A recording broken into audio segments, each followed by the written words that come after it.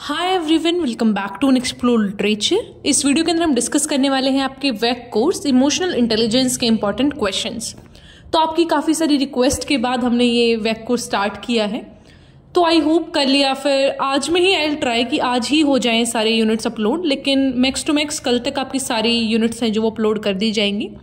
उससे पहले मैंने सोचा कि इंपॉर्टेंट क्वेश्चंस डिस्कस कर लिए जाएं, क्योंकि जब आपको पता होगा कि ये चीज़ इंपॉर्टेंट है तो आप ज़्यादा ध्यान देंगे आने वाली वीडियोस के अंदर जब उस टॉपिक को डिस्कस किया जाएगा। तो इसी पूरे इनिशिएटिव के साथ I am going to discuss this important questions in this video. तो if you haven't subscribe the channel, please subscribe it and also share it with your friends. Now without wasting much of your time, let's start the video. So our first question is explain the three models of emotional intelligence. कि जो emotional intelligence है उसके तीन models कौन कौन से हैं। तो ये यूनिट फर्स्ट से है क्वेश्चन। तो इसमें आपको तीन मॉडल्स को डिस्कस करना है। सबसे पहला है ability model by Salovey and Mayer, second is mixed model by Goleman and third is trait model by Petrides. तो केवी पेट्रिड्स का है ट्रेट मॉडल। तो ये सारी चीज़ें मैंने पूरे डिटेल में डिस्कस की है यूनिट 1 के अंदर, जो कि ऑलरेडी अपलोड किया जा चुका है। तो प्लीज़ आप वहाँ से इसका पूरा समझिएगा कि तीनों में क्या क्या डिफरेंस है, क्या क्या थ्योरीज प्रेजेंट की गई है तीनों मॉडल्स के अंदर। तो यहाँ पे डिस्कस करने का मतलब है पूरा 10 मिनट का वीडियो बना देना, तो दैट वोंट बी पॉसिबल। तो प्लीज़ रेफर टू यूनिट 1 का video that is already uploaded. Now coming on to the second question, how is self management different from social management. तो यहाँ पे पूछा गया है कि सेल्फ मैनेजमेंट किस तरीके से अलग होती है सोशल मैनेजमेंट से। तो मैंने ये पूरा चार्ट आपको प्रोवाइड कर दिया है कि सेल्फ अवेयरनेस क्या होती है, सेल्फ मैनेजमेंट क्या होता है, सोशल अवेयरनेस क्या होता है और रिलेशनशिप मैनेजमेंट क्या होता है। तो इन शॉर्ट अगर मैं आपको बताऊं सेल्फ मैनेजमेंट और सोशल मैनेजमेंट के अंदर डिफरेंस, तो सिर्फ इतना सा है कि सेल्फ का मतलब क्या है, इंडिविजुअल का, कि भाई एक आदमी कैसे मैनेज करता है अपने इमोशंस को। लेकिन the second is social management, कि you as a particular being in the society, कि आपके इर्द गिर्द एक सोसाइटी भी है, उसको भी देख के आपको चलना है। तो वहां पे कैसा मैनेजमेंट होता है, वो सारी चीजें आपकी सोशल अवेयरनेस वाली जो चीजें हैं ना, वहां से आप उठा सकते हैं कि आपको इंटरपर्सनल जो चीजें हैं उनको मैनेज करना है, फिर एम्पावर करना है दूसरों को भी। तो वो सारी चीजें हमें उसमें देखने को मिलेंगी। यूनिट सेकेंड थर्ड सबके अंदर है ये कॉमन सी चीजें। तो जब यूनिट अपलोड होगा तो वहां से भी आप देख लीजिएगा, वरना मैंने बहुत शॉर्ट में आपको बता दिया कि सोशल मैनेजमेंट में समाज को या फिर कहीं सोसाइटी को ध्यान में रखना है, और सेल्फ मैनेजमेंट में खुद को ध्यान में रखना है कि भाई मैं एक इंडिविजुअल हूं, मेरी क्या नीड्स हैं और मैं किस तरीके से अपनी जो इमोशंस हैं उनको चैनलाइज कर सकता हूं। तो वो सारी चीजें हमें देखने को मिलती हैं सेल्फ मैनेजमेंट में। और सोशल मैनेजमेंट में कि भाई मैं एक सोसाइटी का पार्ट हूं और मेरा उस सोसाइटी के प्रति क्या कर्तव्य बनता है, that comes in social management. Now the next question is what is self awareness, highlight it's की कंपोनेंट्स। कि सेल्फ अवेयरनेस क्या होता है। सेल्फ अवेयरनेस का मतलब है कि आपको पता हो कि आप क्या फील कर रहे हैं, आपके क्या इमोशंस हैं, क्या थॉट्स हैं, ये क्या सारी चीजें चल रही हैं आपके इर्द गिर्द, आपका बॉडी कैसा फील कर रहा है, how your mind is behaving, वो सारी चीजों को ध्यान रखना है सेल्फ अवेयरनेस। अब उसके कंपोनेंट्स हैं इमोशनल ऑनेस्टी, मतलब कि अपनी सारी फीलिंग्स को एक्सेप्ट करना कि भाई हाँ मैं दुखी हूं, मैं खुश हूं, तो अपनी फीलिंग्स को एटलीस्ट रियलाइज करना कि किस टाइम मुझे अच्छा लगता है, कब मुझे बुरा लगता है। Then is self reflection. Self reflection का मतलब है टाइम लेना अपनी पर्सनल वैल्यूज को, गोल्स को अलाइन करने के लिए, खुद को टाइम देना। अगर देखो, अगर आपसे लेटेस्ट से टाइम से नहीं उठा जा रहा तो इस प्रॉब्लम को जानने की कोशिश करो। पहली बात तो आपकी इच्छा होनी चाहिए। अगर आपकी इच्छा ही नहीं है उठने की, फिर तो समस्या ही क्या है, फिर तो आप दुखी भी नहीं होंगे उस चीज़ पे। लेकिन एक इंसान होता है कि भाई देखो मेरे को उठना भी है टाइम से, लेकिन मैं उठ नहीं पा रहा हूँ और उसकी वजह से मेरा पूरा दिन खराब जाता है, आई एम फीलिंग ऐसा, बहुत गिल्ट में रहता हूँ मैं, पूरा गिल्टी फील होता है मुझे पूरे दिन। तो उस इंसान को रियलाइज करना चाहिए कि मैं ऐसा क्या कर सकता हूँ। फॉर एग्जाम्पल आप कैसे स्टार्ट कर सकते हैं कि भैया 2 घंटे उठे, लेटेस्ट से आप 5 बजे उठ गए, 5 से 6 घंटा पढ़ा सिर्फ आपने 1 घंटा, फिर आपको क्या करना है, आपको सो जाना है। अब आपका वो भी चीज़ हुआ। फिर जब आप धीरे धीरे उसको टाइम को बढ़ाना स्टार्ट करेंगे, 5 से फिर 7 पढ़ लिए, तो इस तरीके से आपको अपने आप को वो करना है, बेट्स देना है, ठीक है, लालच दे दे के अपने शरीर को। तो वो सारी चीजें कि रियलाइज तो करो उस चीज को। देन इज फीडबैक प्रोसेसिंग, कि सारी चीजों को एक फीडबैक के तरीके से एक्सेप्ट करो एंड वर्क अपॉन दैट। फिर है इमोशनल रेगुलेशन, अपने इमोशंस को रेगुलेट करो। गोल अलाइनमेंट, अपनी पर्सनल और जो भी प्रोफेशनल गोल्स हैं उनको समझो कि जिंदगी से तुम्हें क्या चाहिए, तुम्हें सिर्फ सोना है या फिर तुम्हें कुछ अचीव करना है लाइफ में। तो वो सारी चीज़ों को जब आप डिफ्रेंशिएट कर पाओगे ना, आप जब ये समझ पाओगे कि क्या इस टाइम पे मेरे लिए इंपॉर्टेंट है, ये वीडियो लेक्चर देखना मेरे लिए इंपॉर्टेंट है या फिर वहां पे जाके रील्स देखना इंपॉर्टेंट है।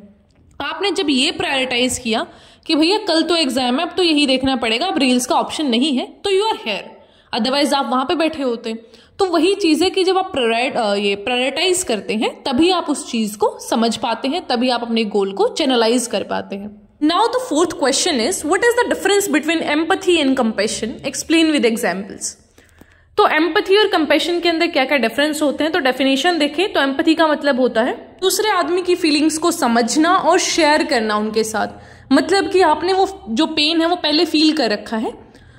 फॉर एग्जाम्पल कि किसी को फीवर है, मैं बोलूँ कि यार I am empathetic towards you, क्योंकि मुझे भी कभी फीवर हुआ होगा, मुझे भी वो चीज़ फील है भाई यार बड़ा खराब सीन हो जाता है जब आपको कोल्ड फीवर ऐसा हो जाता है सर्दी के अंदर, तो आप पढ़ भी नहीं पाते, तो मैं उसको एम्पैथेटिक फील करा सकती हूँ क्योंकि मैंने वो चीज़ फेस कर रखी है।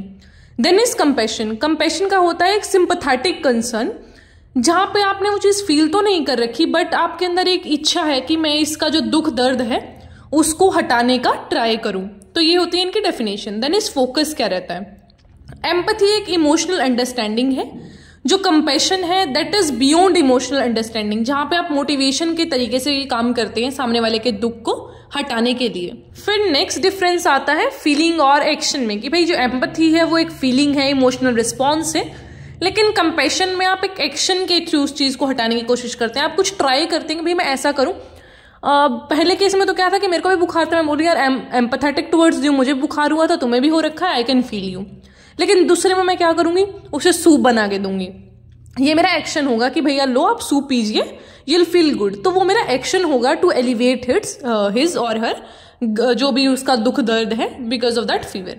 तो ये चीजें रहती हैं एम्पैथी और कंपैशन के अंदर। देन इज इनवर्ड और आउटवर्ड, की जो एम्पैथी है वो इनवर्ड फीलिंग है, जो कंपैशन है वो आउटवर्ड है।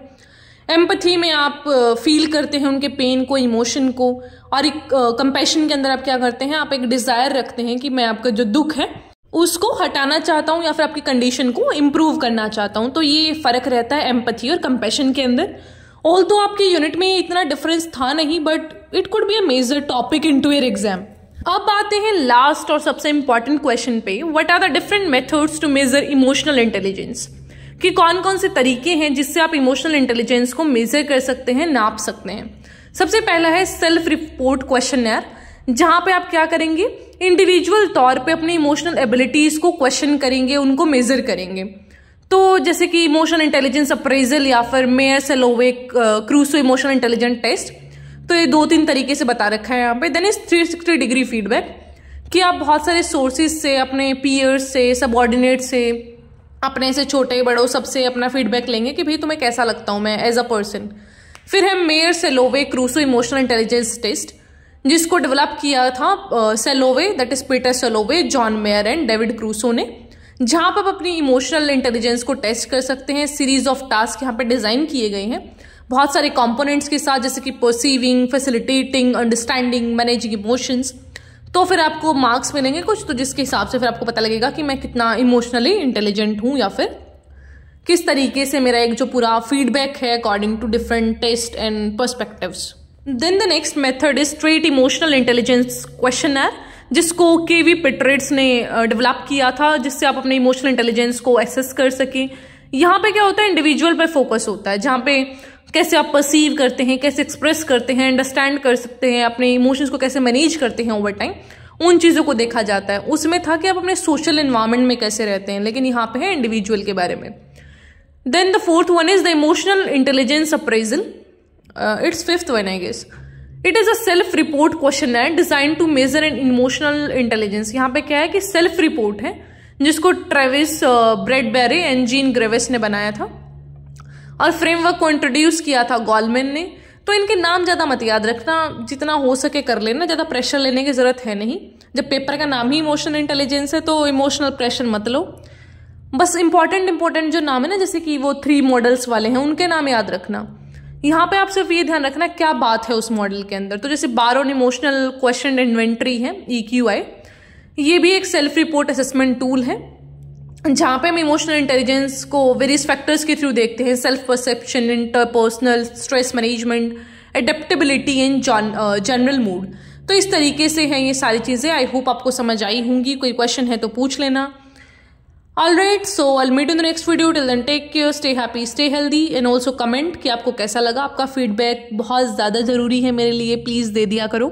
1 सेकंड में कुछ नहीं होता है. Alright, तो अगर आप इतने लास्ट तक आए हैं तो वेल डन.